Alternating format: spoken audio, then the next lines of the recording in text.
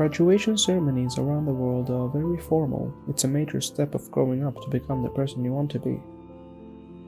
It can get very emotional, but here in Sweden, some people tend to take it up just a notch.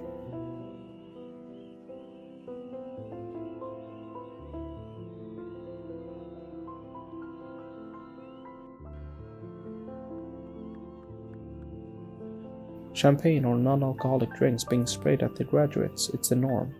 But in this case, it turned out to be much more than that. The victim met his family first, then he met us, and then it was just downhill from there, to be honest.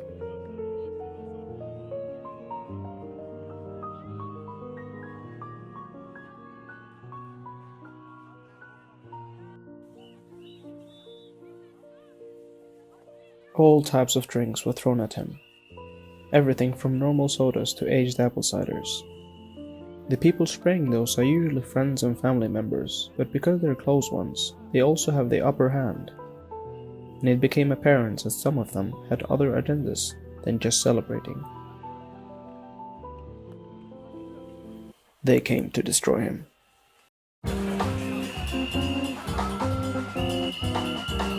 In less than 4 minutes he was absolutely wrecked. You could see the glowing caramel sauce and sunflower oil dripping from his head. Additionally, the peanut butter, then the whipping cream came after.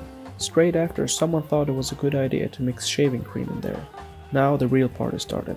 Someone came running with a raw egg formula mixed with all kinds of sauces and dumped it on his head. The people were non-stop pouring the most disgusting things on him. They were throwing chocolate sauce, soy sauce, and keep in mind, he's still being sprayed with a cider. Imagine how cold he must have felt.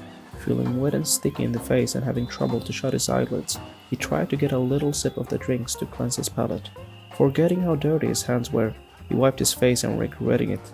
The same second, he was made into an idiot sandwich.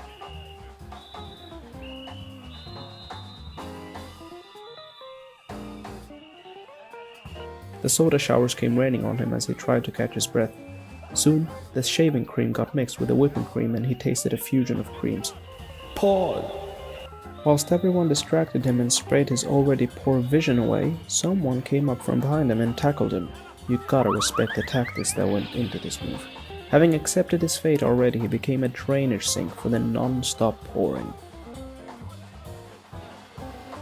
Imagine being slapped with tortillas and disgusting pies mixed with salsa, mustard, and all kind of atrocities that stink badly with a combination of a flour bag. A whole flour bag! The man accepted his fate being the laughingstock.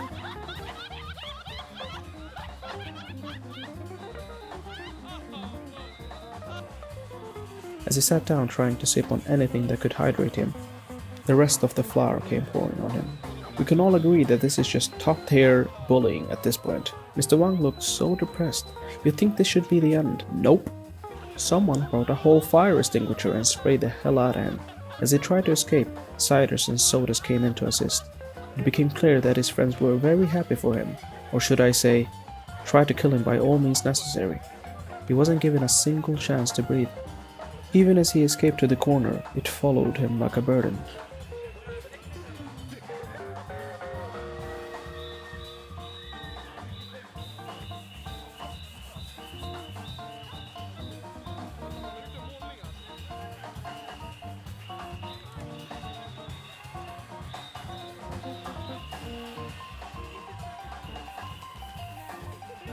A whole sardine can flew at him, landing on his neck.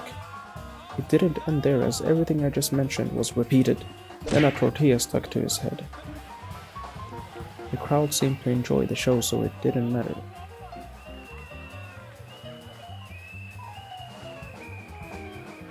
One month supply of food right there.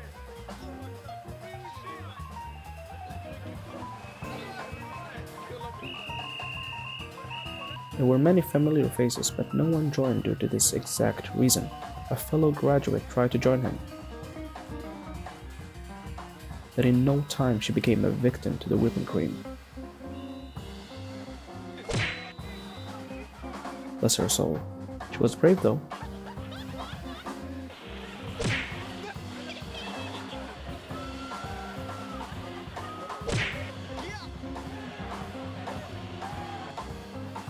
If anyone developed a dislike for this guy, Adam, due to his hard slaps.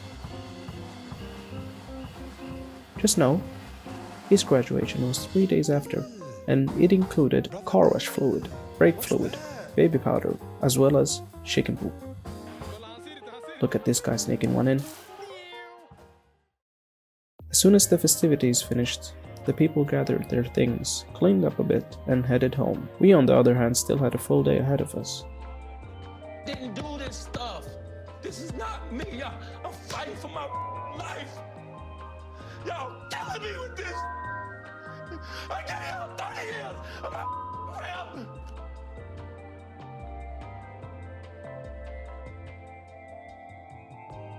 Due to Saffron being the stinkiest man on earth, he had to rinse himself up a bit.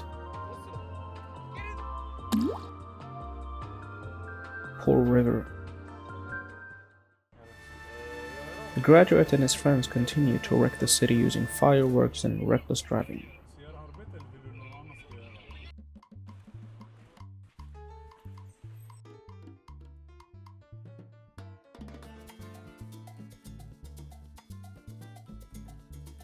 Which naturally led to a police stop. Du kommer få en böter på 1000 kronor. Okej. Vad är det för då? För att du liksom kör om. Egentligen kan vi skriva på vårdslöshet i trafik. Då blir du av med körkortet. Men du kommer få behålla körkortet nu. Okej. Det är ändå student. Ja, tack så mycket. Jag uppskattar det verkligen. Och det är sommar, då vill man ha körkort. Men det var jävligt dumt gjort. That's how it is, cuz. Yes, brother! Så inte din körning. Självfallet, jag Nu är förstår. vi jättesnälla här. Ja, jag uppskattar det verkligen. Oh, how he regretted it afterwards. Well, must be nice to be young and free. Later that day, I bought some flowers and we headed to the graduation.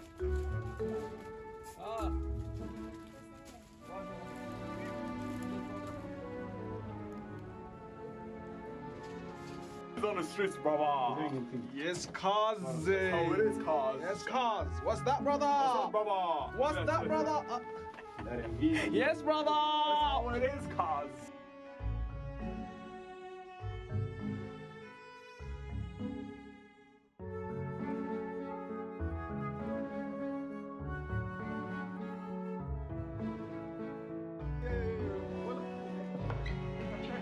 Nothing unusual going on here, just two black people fighting over food.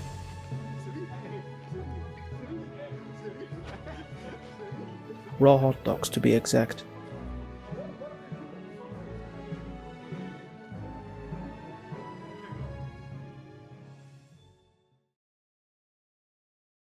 Before we move, highlights of the month. I graduated. All right. Last time saying bye to this place. Will I miss it? No. In a bit, mate.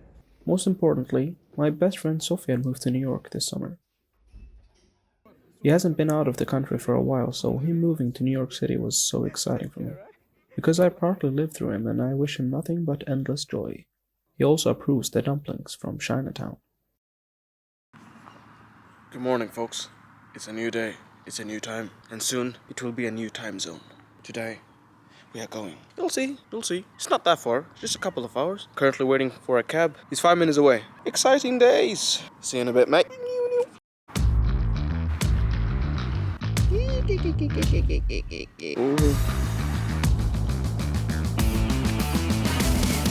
Let's find our partner in crime. He should be here 20 minutes, more or less.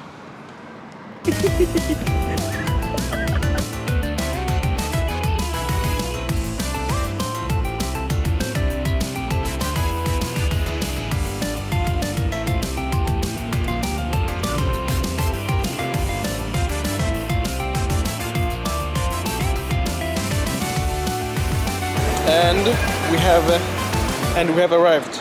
Damn, it was warm as hell. It's warm as hell in this country.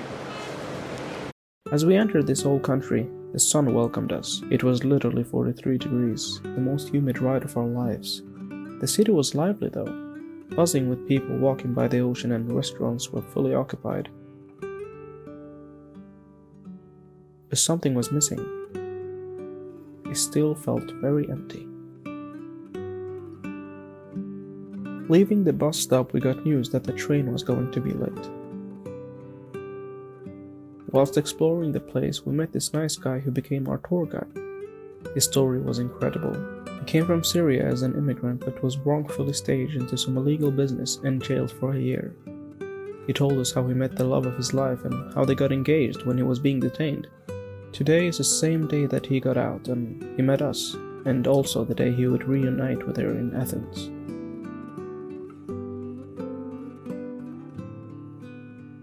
Every person we met on this journey has a story. From the shopkeepers that helped us look for restaurants when everything was closed, to the cats letting us pet them. Maybe it was our outgoing personalities or our curious, nonchalant attitudes. Either way, people were kind and we felt very welcomed. After parting ways with our friend, a train was waiting, taking us to our final destination.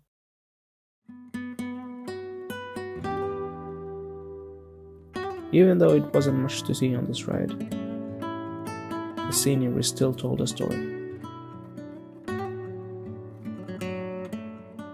A story of the forgotten people.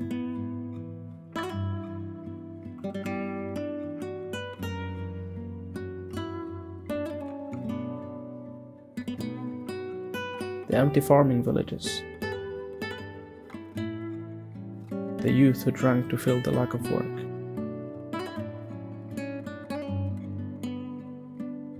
The elderly who slowly disappeared due to no healthcare. It was sad to hear as we listened to an elderly lady telling us about her past.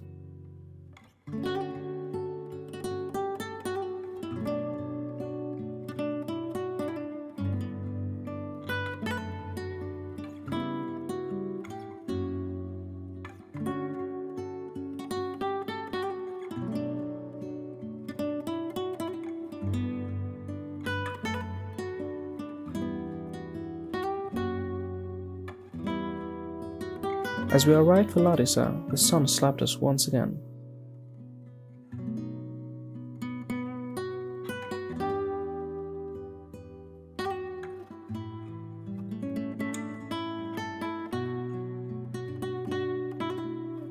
And after a short walk, we finally arrived to our hotel.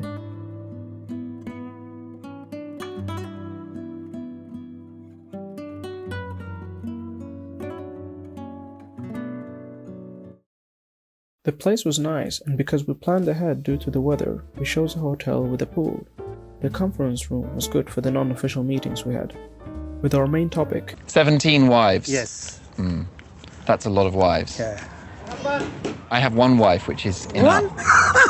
our room had a cool toilet, a cool balcony, and a cool mini fridge filled with snacks and drinks that had no chance of survival. As we settled down, we immediately wanted to swim. Or should I say, I wanted to swim. But before that,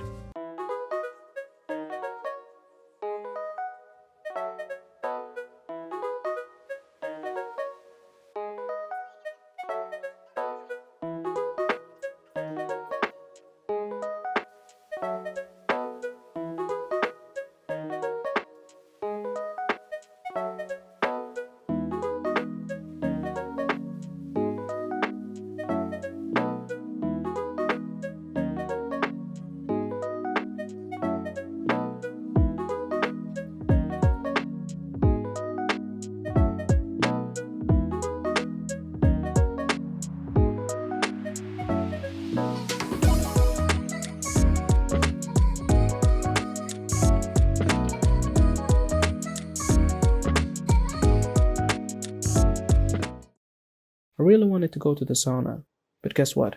It wasn't working. Let's just hope the jacuzzi worked. Now let me tell you about the boring part. I was basically a speaker representing Sweden in a European group talk where I shared how we handle COVID as a country and how we would do it differently if another pandemic hit.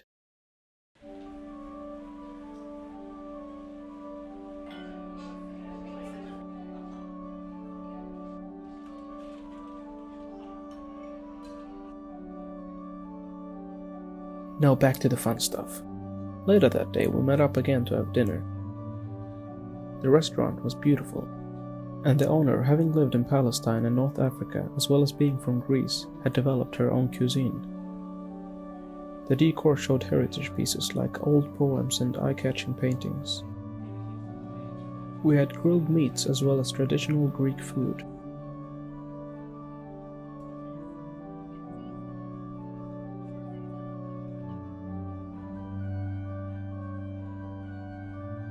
And after showing interest for their t-shirts, they gifted us one each.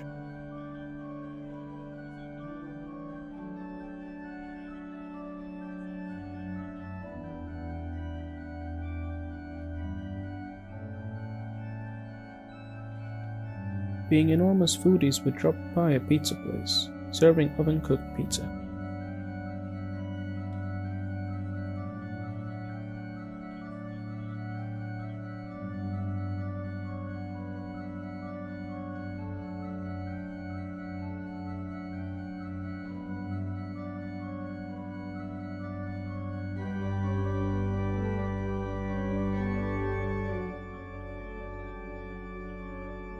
After we had our fair share of pizzas, don't be shocked now, we went to another pizza place. This one served a specific pizza dessert that we were keen on trying. We met the owner the night before and joked around about how it was illegal to have chocolate on pizza, but today we came for it. He treated us with care and we chatted for a while. Such a cool character. After walking for a bit, we swung by a dessert place. They had some swings nearby, so we collapsed on them. On our way back, we saw people performing a traditional dance. The air was cool and the town was lively. It gave the sense of having a community, a place of belonging. Just like the coordinated dance, you could feel the connection between the members. Their performance changed our minds of the town. Maybe people were happy in their little town after all. They looked relieved and fulfilled by what they had. It was truly insightful. Traveling is like a remedy that you didn't know you needed, and for me, it's a lifestyle. Being a kid, I traveled a lot and lived in different places which scattered my sense of belonging. And as I grew up, I found a place that I called home. But with time, I started rejecting that feeling. Now I feel comfortable everywhere I go, and I never really feel homesickness because I don't necessarily belong anywhere.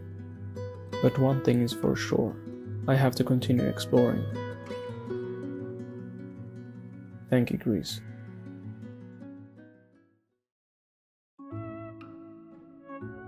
As we're closing up on the last quarter of this video, I want to bring attention to how my summer was revolved around two specific people. But first, random Chef Wang rant. Your phone ringing. Your phone ringing. Big boy, come pick up your phone. My videos are not complete if I don't visit Burger Mansion. The food here is a staple to the burger community. As you already know, if I ever go to Burger Mansion, Nutella House is next. Which means someone is paying for everyone, and today, Salam Lama became the victim.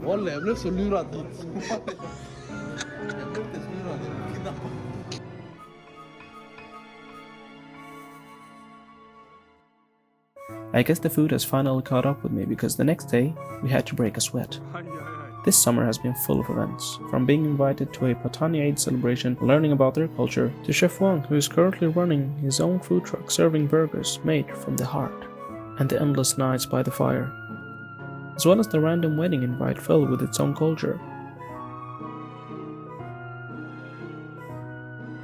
Thank you to these two characters, Littlefoot, aka Abbe, and Chef Wang, aka Safwan. Without them, there wouldn't be a summer. I'll see you in the next one.